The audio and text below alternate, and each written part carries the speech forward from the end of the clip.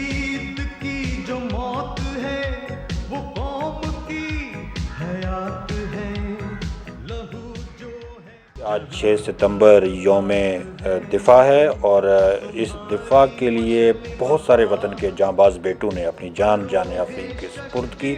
मैं इस वक्त मुजफ्फराबाद के काबिल फ़ख्र सपूत पाकिस्तान आर्मी के शहीद मेजर रब नवाज गिलानी के घर में मौजूद हूँ। उनकी फैमिली के साथ उन शहीद से मुतल्लिक यादें हैं, शहीद से मुतल्लिक बातें हैं, पूरी कौम के लिए पैगाम है जो हम आज शोहदा के वरसा से गुफ्तगू में अपने देखने और सुनने वालों तक पहुंचाने की कोशिश करेंगे। जब कभी भी यहाँ पे आता तो यहाँ पे बस हमें हमेशा इस बात की तरफ कायल करता कि देखो, अगर मेरी तरफ से कोई इस तरह की आपको इत्तला मिले, कोई ख़बर मिले कि मैं अपने वतन के लिए काम आ गया हूँ, तो आपने कोई आम माँ बन के रोना नहीं है, आपने कोई आम माँ बन के कोई इस तरह से आउज़ारियाँ नहीं करनी है, बल्कि आपने एक बहादुर बेटे का जो है वो सबूत देना है कि आप एक शेर की माँ हो।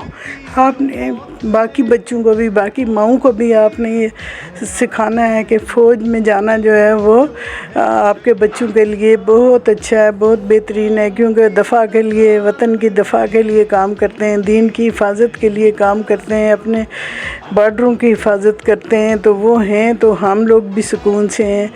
आपको अपना दिल मजबूत रखना है, आपको हमारी वर्दियाँ जो हैं, इन वर्दियों को हमारा कफन समझें आप। बचपन से ही एक जज्बा शहादत था कि मैं भी जाऊँ, मैं भी बॉर्डरों पे जाके जो है ना मुल्क के दफ़ा के लिए लड़ूँ। हालांकि वो छोटा बच्चा था मगर सोच उसकी बहुत बड़ी थी। लास्ट ईयर इसने और इसकी मिसेज़ ने आज का इरादा किया, तो ये अवरान उस दौरान पोस्टिंग अभी हो गई थी, तो ये आज पे गए।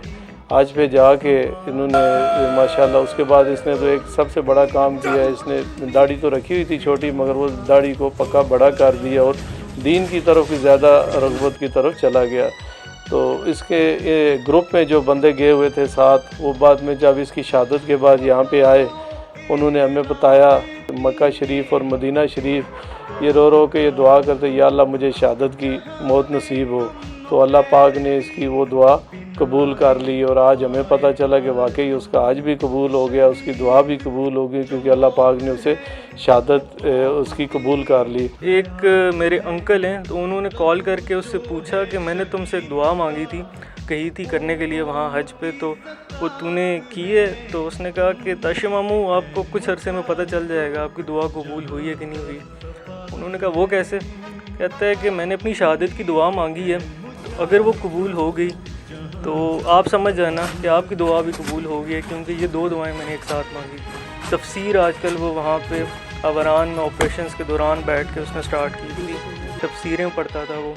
उसके बाद मुझे हदीसों के लिंक्स भेजता होता था, तो दीन की तरफ रग़बत उसकी बहुत ज़्यादा हो गई थी। उसने दाढ़ी रखी हुई थी, तो जिस दिन लास्ट वो शहीद हुआ, उस रात मेरे वालिद साहब ने भी बात की, मेरी वालिदा ने भी बात की, तो वो ये कह रहे थे कि आज तेरे चेहरे पे जो नूर है ना, वो बहुत मुख्तलिफ है।